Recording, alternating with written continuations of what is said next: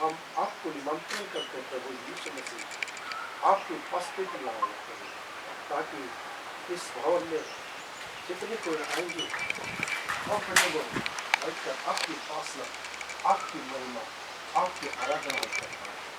इस समय जबकि हमारे राजगंज जो चर्च के पहले सब इस समय रिबन कटेंगे प्रभु, आपकी उपस्थिति की कामना करते हैं और जब उसको काटते और अंदर प्रवेश करते हैं साथ साथ में प्रभु यीशु मसीह आप भी हमारे साथ प्रवेश करते हैं। इसीलिए आपके हाथ में सब चीज़ को हम जीत देते हैं, क्योंकि हमने ये प्रार्थना प्रभु यीशु ख्रिस्त के नाम से मांगते हैं, शिव और स्वर्गराज में करें। थोड़ा उस तरफ चले जाएंगे सर, यही आप थोड़ा सा ऐसा सीधा आप लोग सामने रही ये जो फोटो दिखने मांगते हैं।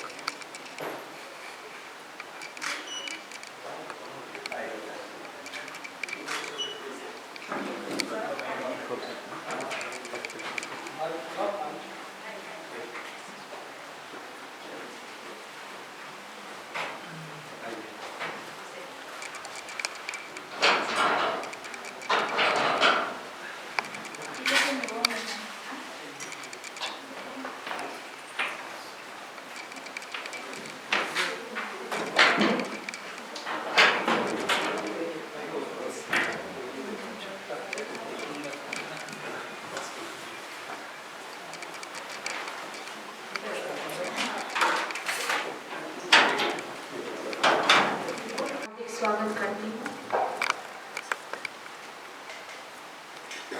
हम सब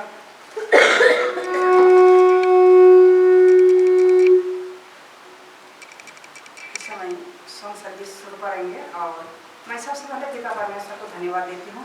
हम सब फिर से नई विश्राम दिन को देख पाते हैं और आप जितने उपस्थित हैं मैं हार्दिक स्वागत करती हूँ।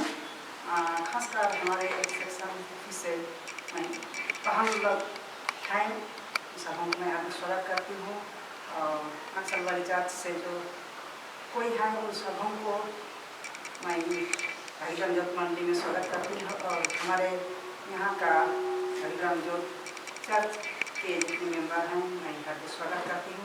इस समय हम लोग सॉन्ग सर्विस शुरू करेंगे और इससे पहले हम लोग छोटे से प्रार्थना करेंगे। आकाश और पृथ्वी की सृजनहार पिता परमेश्वर लाखों धन्यवाद देते हैं सारे आशीषों के लिए। तूने हमारे साथ अभी तक हमें जिंदा स्वास्थ्य रखा है और आज सुंदर विश्राम दिन में हमें लाया है और खासकर हम प्रार्थना करते हैं इस समय हम अभी गीतों को गाएंगे जो भी हम गीत कर गाते हैं तेरे ओर से हो सके, इससे तेरे महिमा हो सके। आज दिन भर का समय दिया कर और जो भी हमारे कार्यक्रम है हम तेरे हाथों में समर्पित करते हैं। बीते दिनों में हम जो भी पाप बनाते हैं हमारे हाथ पाप में से क्षमा कर छोटी बेटी यीशु मसीह के नाम से चाहते हैं जाकर सुन और स्वर में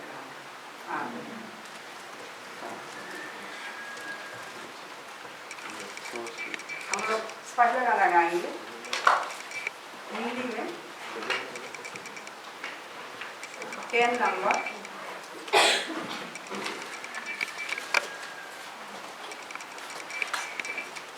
यीशु है मेरा कैसा विलास मन बेवा देता महिमा की आस। इस चर्च के जो सीलिंग कामयाब हो गया इसके लिए भी मैं परमेश्वर को धन्यवाद देती हूँ और आप सब यहाँ आए हैं, आप सबों को फिर से मैं स्वागत करती हूँ।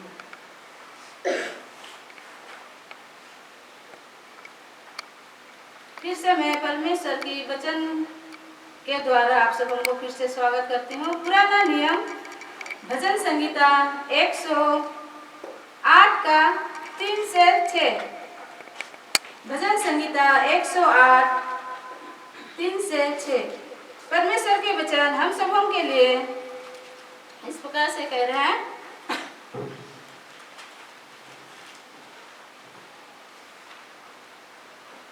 हे यहोवा, मैं देश देश के लोगों के मध्यम में तेरा धन्यवाद करूंगा और राज्य राज्य के लोगों के लिए के मध्यम में तेरा भजन गाऊंगा, क्योंकि तेरा करुणा आकाश से भी ऊंचा है और तेरी सच्चाई आकाश मंडल तक है। हे परमेश्वर, तू स्वर्ग के ऊपर हो और तेरा महिमा सारी पृथ्वी के ऊपर हो, इसलिए कि तेरे प्रिय छुड़ाए जाए। तू अपने दाहिने हाथ से बचा ले और हमारी विनती सुन ले। इस सुंदर वचन पर परमेश्वर आशीष देवे। आमीन।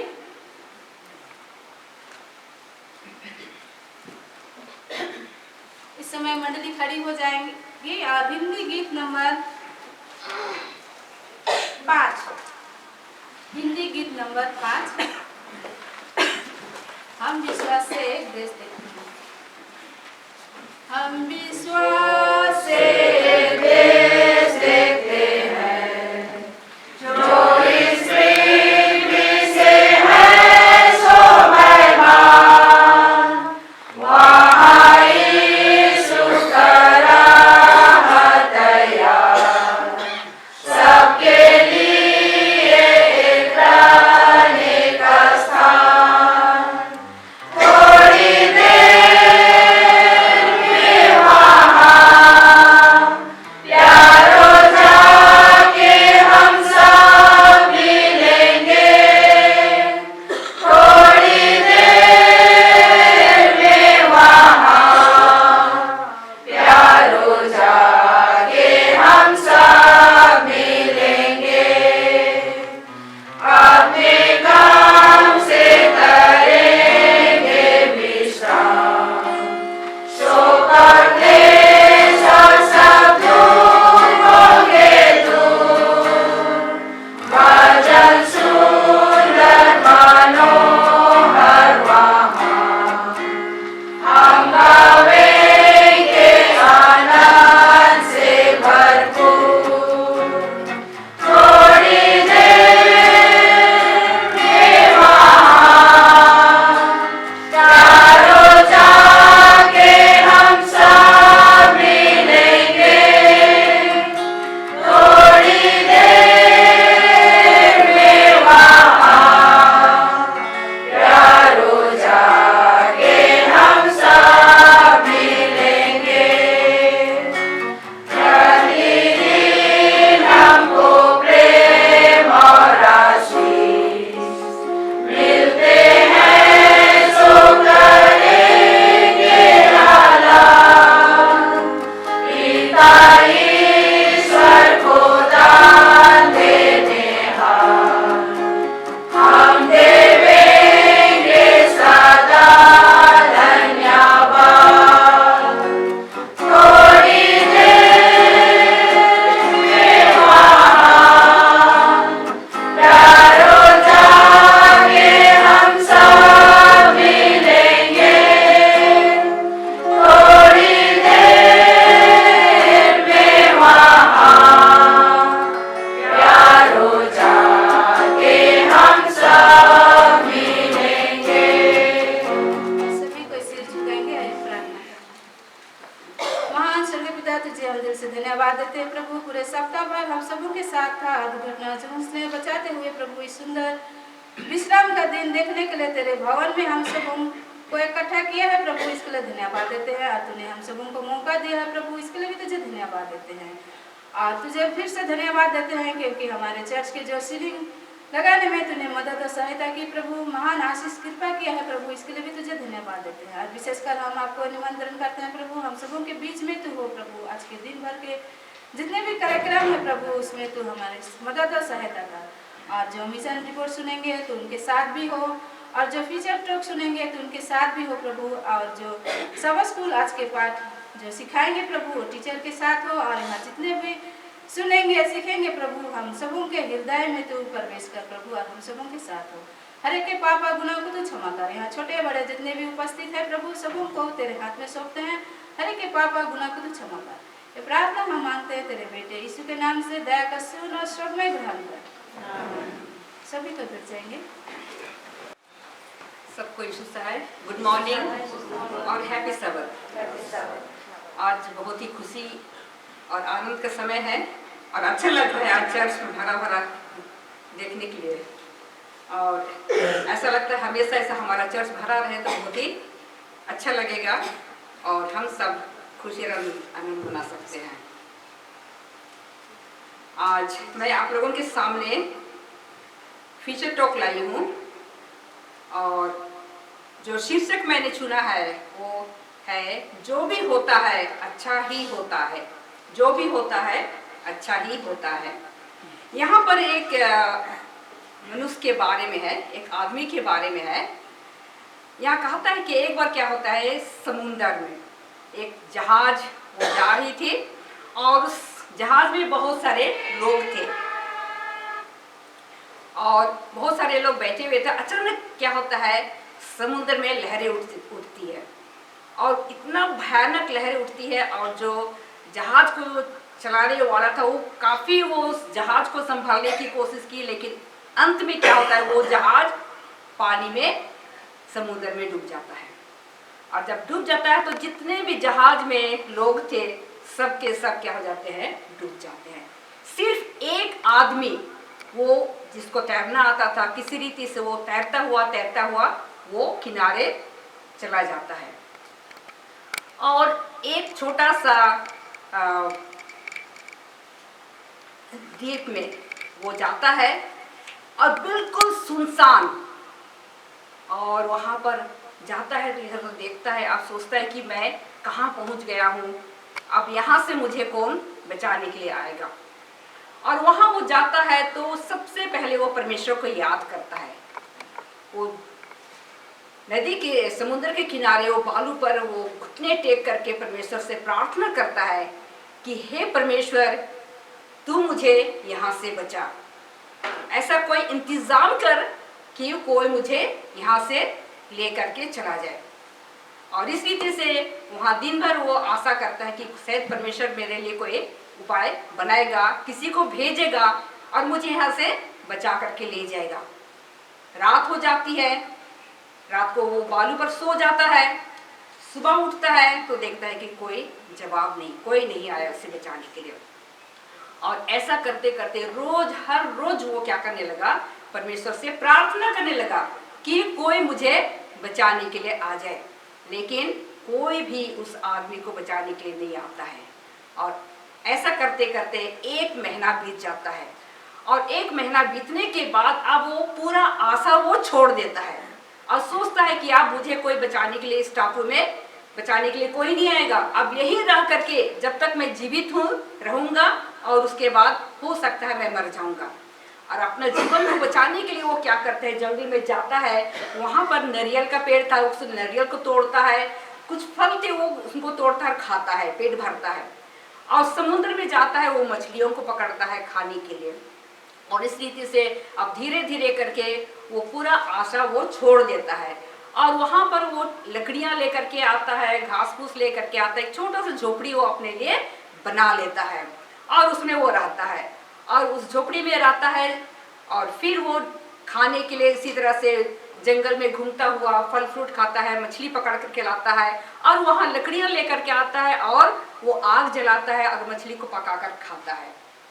और ऐसे ही करके उसका दिन वो गुजरते चला जाता है। और एक दिन क्या होता है, जब देखता है कि उसका जो लकड़ियाँ है खत्म हो गई है तो फिर से वो जंगल में चला जाता है लकड़ियाँ ढूंढने के लिए। और जब लकड़ियाँ ढूंढने के लिए जाता है और वो जब ले करके आता है, जैसे आकर के देखता है कि उसका झोपड़ी में क्या हो गया, आग लग जाता है और पूरी तरह से वो आग उस झोपड़ी को पकड़ लेता है और वो उसका झोपड़ी क्या होता है उसके सामने देखते देखते वो जल करके भस्म हो जाता है।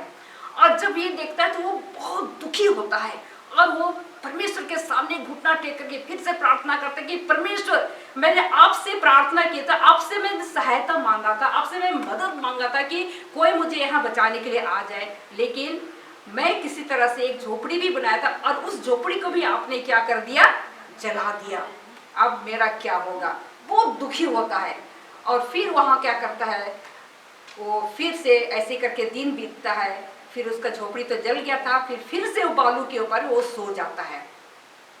और जब सुबह होता है तो उसको कुछ आवाज सुनाई देता है। आंखें खोलता है तो देखता है कि बहुत बड़ा पानी जहाज वो उसके निकट आ रहा है। तो वो सोचने लगता है कि ये कैसे ऐसा हो सकता है, शायद वो मुझे बचाने के लिए आया है। और जैसा वो आकर के किनारे में जहाज रुक जाती है तो ये क्या था, दौड़ते दौड़ते जहाज में जाकर के वो चढ़ जाता है। और चढ़ जाता है, फिर से उसको लेकर के जो जहाज को वहां से वो लेने आगे वो निकलने लगता है। तो फिर ये आदमी पूछता है, उस कैप्टन से पूछता है कि आपको कैसा मालूम हुआ कि मैं यहाँ पर इस टापू में फंसा हुआ हूँ, आप कैसे मुझे लेने के लिए आए? तो बोलता है जो कैप्टन था, वो बोलता है कि आपने फायर सिग्नल भेजा था और उसी को देख करके मैंने समझा कि जरूर कोई यहाँ होगा और इसीलिए मैं बचाने के लिए आया हूँ। तो ये सोचने लगा मैं कोई फायर सिग्नल तो मैंने नहीं भेजा हूँ। तो फिर बाद में काफी थोड़ी देर के बाद उसको दिमाग में वो सोच आया, वो समझा कि जब मेरा घर जला शायद इसी को देख करके इसने क्या फायर सिग्नल समझा और वो वहाँ बचाने के लिए आया। तो वो परमेश्वर को बहुत धन्यवाद देता है कि परमेश्वर आप मुझे आज बचाने के लिए आए, आपका बहुत बहुत धन्यवाद। तो यहाँ हम देखें ये कहानी जो देखे कि इस आदमी के बारे में उस टापू में था और उसको वहाँ से बचाने के लिए कोई लेने के लिए आया। तो हम देखते हैं कि हमारे लिए परमेश्वर का कुछ ना कुछ योजना हमेशा रखता है, हम सबके लिए। हम कभी भी ना सोचे कि लिए मेरे लिए कोई परमेश्वर का योजना नहीं है। हर एक लोगों के लिए परमेश्वर का योजना होता है। और देखते हैं कि हम अपने जीवन में बहुत सारे योजनाएं बनाते हैं और कहता है कि हमेशा हमारी इच्छा के अनुसार जो हम योजना बनाते हैं कभी कभी वो पूरी नहीं होती है। और कहता है कि जब कभी भी हम किसी मुसीबत में पड़ते हैं, हमारा विश्वास क्या होता है, डगमगाने लगता है, हमारा धीरज टूटने या खत्म होने लगता है, हमारी आशा धुंधली पड़ने लगती है और हम परमेश्वर को अंत में क्या करने लगते हैं, कोसने लगते हैं। जिस तरह से वो आदमी वो कोसने लगा था, तो हम भी क्या करते हैं, जब हम किसी भी तरह से हमारे लिए कोई रास्ता नहीं दिखाई देता है, हमारी प्रार्थना ही नहीं सुनी जाती है, तो हम परमेश्वर को क्या करने लगते हैं, कोसने लगते हैं। तो क्या कहता है कि लेकिन हमें याद रखना चाहिए कि हम सबों के लिए परमेश्वर के पास खास मकसद और अच्छी योजनाएं हैं। हर रोज जो कुछ भी हम करते हैं, हम हमेशा पिता परमेश्वर जो हमारा सृष्टि करता है उस पर बिना संकोच के हम क्या कर सकते हैं, भरोसा कर सकते हैं और उसकी सहायता हम उससे मांग सकते हैं। आशीषों के द्वारा हमें उन मुसीबतों से हमें बाहर निकालेंगे। तो हम कभी भी ना सोचे, कभी भी किसी भी प्रकार के प्रॉब्लम में, मुसीबत में हम क्यों ना पड़े, हम कभी भी ना सोचे कि परमेश्वर हमारी चिंता नहीं करता है। कभी भी हम ना सोचे कि परमेश्वर हमें छोड़ दिया या भूल गया है। तो परमेश्वर की योजना हमारे जीवन के लिए बहुत ही अद्भुत है और हमेशा हम याद रखें कि परमेश्वर के पास कुछ अलग ही योजना हम सबों के लिए है और जो योजना हम बनाते हैं उससे कहीं बड़ा और खूबसूरत योजना परमेश्वर के पास है। तो हम याद रखें और हम कभी भी हताश निराश ना हो। कभी किसी मुसीबत में पड़ते हैं, किसी भी ऐसे परेशानी में पड़ते हैं, हम हमेशा परमेश्वर को ना भूलें और उस पर भरोसा करना हम ना छोड़ें। और परमेश्वर की योजना जो हमारे लिए बहुत बड़ी है और बहुत खूबसूरत है और वो परमेश्वर अपना योजना को हमारे जीवन में क्या करता है, पूरा करता है।